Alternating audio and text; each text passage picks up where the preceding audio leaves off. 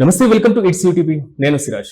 ఒకప్పుడు విశాఖ ఉక్కు ఆంధ్రుల హక్కు అనేటువంటి ఒక నినాదంతో ఏర్పడినటువంటి ఒక అతిపెద్ద ప్రభుత్వ రంగ సంస్థ ప్రైవేటీకరణ, ప్రభుత్వకరణ ఈ రెండింటి మధ్య సాగుతున్నటువంటి ఈ తంతులో భాగంగా రీసెంట్ గా విశాఖ ఉక్కును ఎలాగైనా పరిరక్షించుకుంటాం అనేటువంటి రీతిలో సాగుతున్న కూటమి ప్రసంగాలు ఓవైపు సాగుతుంటే, మరోవైపు అదే విశాఖ ఉక్కు కర్మాగారానికి సంబంధించి భద్రతను కల్పించడంలో అత్యంత కీ రోల్ పోషించేటువంటి సిఐఎస్ఎఫ్ భద్రతా బలగాలను కేంద్ర హోంశాఖ వెనక్కి తీసుకుంటుంది. అసలు విశాఖ ఉక్కులో ఏం జరుగుతుంది? ప్రైవేటీకరణ జరిగేటువంటి భాగంలో సెక్యూరిటీని ఉపసంహరిస్తున్నారా?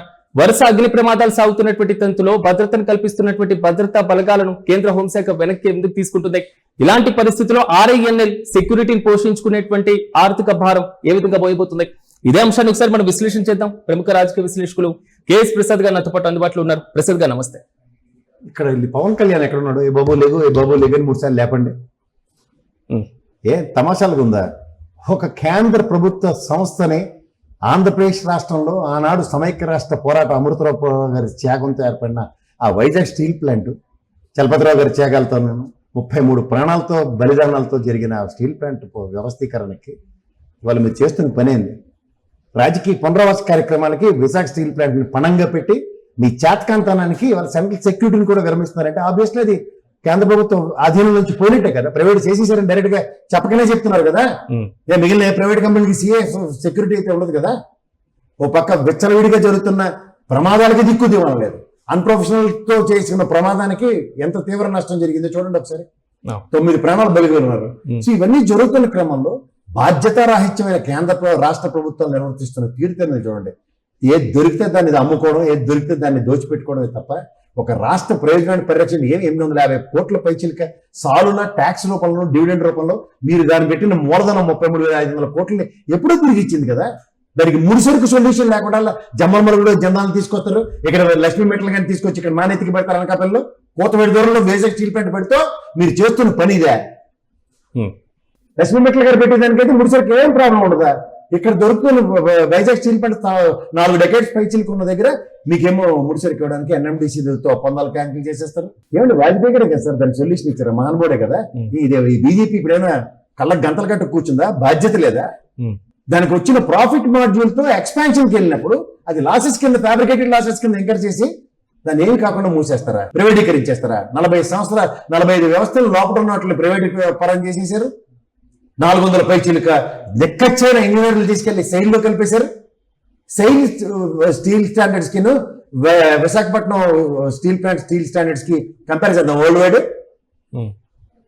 విశాఖ స్టీల్ కు ఉన్న అథెంటికేషన్ ప్రపంచ స్థాయి కలిగిన అథెంటికేషన్ ఆఫ్ ఐఎస్ఐ మార్కెట్. ఏంటి సార్ ఇది? ఎంత అన్యాయమా, ఎంత దోపిడీయా?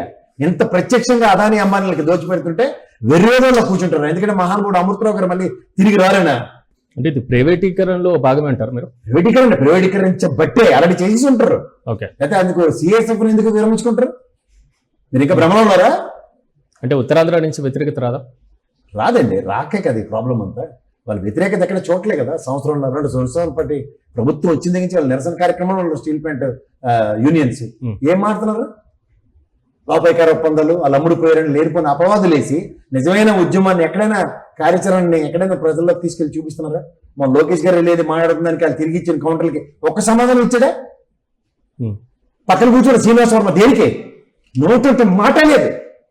కార్మిక శాఖ మంత్రి మాట్లాడు, ఇండస్ట్రియల్స్ మినిస్టర్ మాట్లాడు, కేంద్ర మంత్రి మాట్లాడు, లోకేష్ మాట్లాడతారంట అక్కడ. అది సరే, ఇప్పుడు దాని భద్రతను ఎవరు పర్యవేక్షించాలి? హోంగార్డులని. సరే హోంగార్డ్ అంటున్నాం. మా అయితే హోంగార్డ్ వ్యవస్థ పోలీస్ పరంగా ఇస్తారు, అయితే ఒక మంచి సెక్యూరిటీ అథారిటీ, ప్రైవేట్ అథారిటీస్ పెట్టుకుని సిఎస్ఎఫ్ కన్నా బాగా చేస్తామని చెప్తారు. ఎవరికి కావాలి? రాష్ట్ర ప్రభుత్వం మౌనముద్ర ఎందుకు ఈ సమయంలో? రాష్ట్ర ప్రభుత్వం చేతకాక జగన్మోహన్ రెడ్డి లాగా అనుకున్నారంటే ప్రధానమంత్రిని కూర్చోపెట్టి ఇది మా ఆస్తి, దీన్ని మళ్ళీ మేము పునరుద్ధరించుకోవడానికి దీనికి కావాలంటే మేము రాష్ట్ర ప్రభుత్వం వెంచర్ చేస్తుంది చెప్పే మొగడు ఉన్నాడు. అవడనా మాడమనండి. గొప్పలు చెప్పుకుంటారు 11,000 కోట్ల పైచీలకు తీసుకొచ్చామని. దేనికి? అప్పుని తీర్చడానికి, జీతబత్యాలు కట్టి ఇన్స్టాల్మెంట్లు కట్టడానికి, జీతబత్యాలు తీర్చడానికి ఇచ్చేసి తూతు మంత్రంగా ఆడితో అమ్మించేశారు. వచ్చి వాడు ఎవరు కొన్నాడు చెప్పట్లేదు ఇప్పటిదాకా. అంటే ఇది స్టేట్ గవర్నమెంట్ కి తెలియకుండానే ఒప్పందం అయిపోతుందా? తెలిసినా వీళ్ళు ఏమీ చేయలేరు, వీళ్ళకి చేతకథని అర్థమైపోయింది. యువకతంపుడు ఉపన్యాసాలు, చెత్త చదవడం తప్ప వీళ్ళు ఏమీ లేదు. అపార అనుభవం ఉన్న చంద్రబాబు గారు ఉండి కూడా ఈ దౌర్భాగ్యం ఏంటో నాకు అర్థం కావట్లేదు. సార్, ఇప్పటికే ఆర్థిక సంక్షోభంలో లేదా ఆర్థిక ఇబ్బందులు ఎదుర్కొంటున్న ఆర్ఐఎన్ఎల్కు ఇప్పుడు ప్రైవేట్ సెక్యూరిటీని పెట్టుకొని పోషించుకోవడం మరింత ఆర్థిక భారం అవుదా? వెనుబాదు ఉమ్, అలాగా సార్. ఇప్పుడు తీరు కూర్చుని తారలాడిందని దాన్ని కూర్చుని శుభ్రంగా పనిచేస్తున్న కంపెనీని ఎక్స్పాన్షన్ తీసుకెళ్లి లాసెస్ అని చెప్పి ప్రైవేట్ కమ్మడం పచ్చి బూత్ అది. ఉమ్. రెండోది ఒక పక్కన జరిగింది ముడిసరికే ప్రాబ్లం. మొదలు భూమి పుట్టక్కడి నుంచి తెలిసిన దానికి ముడిసరికి ఈ రోజు సొల్యూషన్ ఇవ్వలేదు. ఇది ప్రభుత్వం చేతకంతనే కదా. హైయెస్ట్ 10 years పరిపాలించింది తెలుగుదేశం పార్టీయే కదా. ఉమ్. నాటి బిఎఫ్ఆర్ రెఫర్ చేసిన కాడి నుంచి చెప్తున్నాం. ఈ రోజుకి దిక్కులేదు. అదే దిక్కుమాల ప్రాబ్లంతో, అదే దిక్కుమాల సొల్యూషన్ లెస్ సిచ్యువేషన్ లో స్ట్రైవ్ అవుతుంటే దేనికి మీకు ఇంత అనుభవాలు? ఓ ప్రధానమంత్రి బీజేపీ రూపంలో, వాజ్పేయి అనే మహానుభావుడు రూపంలో పరిరక్షించాడు. ఓ ప్రధానమంత్రి నరేంద్ర మోడీ అనే రూపంలో కబలిస్తున్నాడు. ఆనాడు ముఖ్యమంత్రి చంద్రబాబు నాయుడు, ఈనాడు ముఖ్యమంత్రి చంద్రబాబు నాయుడు. ఎవరికి చెప్పుకోలేదు. బాధ్యత రాయించడానికి నిలువెత్తు నిదర్శనాలు Narendra Modi, Chandrababu Naidu. Right sir, thank you. చూద్దాం, మొత్తం మీద ఆర్ఐఎన్ఎల్ దీనిపైన పెనుభారం పడబోతుంది అనేటువంటి వార్త మాత్రం కొంతవరకు కలకలం రేపుతున్నా ఉత్తరాంధ్రలో అత్యంత సున్నితమైనటువంటి అంశం కాదు, ఆంధ్రుల మనోభావాలతో ముడిపడి ఉన్నటువంటి అంశం విశాఖ ఉక్కు అంశం.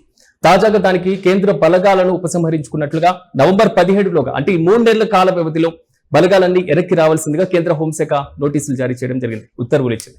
దీనిపైన నిజంగా విశాఖ ఉక్కు కర్మాగారం ప్రైవేటీకరణ దిశగానే అడుగులు పడుతున్నాయా అనేటువంటి ఒక కలకలమైనటువంటి వార్త మాత్రం ఇప్పుడు ఉంది. దీనిపై రాష్ట్ర ప్రభుత్వం ఏ విధంగా స్పందించబోతుందో మనము వేచి చూద్దాం. మరిన్ని అప్డేట్స్ తో మళ్ళీ కలుద్దాం. చూస్తూనే ఉండండి, ఇట్స్ యూటీవీ.